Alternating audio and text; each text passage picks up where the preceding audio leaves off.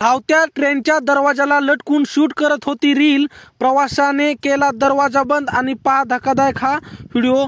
सध्या अनेक जण सोशल मीडियावर प्लॅटफॉर्मचा उपयोग त्यांचे वेगवेगळे कौशल्य दाखवण्यासाठी करू लागले आहेत।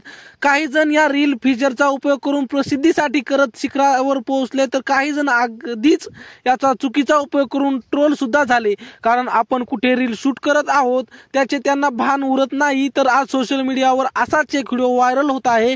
सोशल मीडियावर काही लाईक्स आणि फॉलोअर्स मिळवण्यासाठी रील बनवणे एका तरुणीला चांगलेच महागात पडले आहे।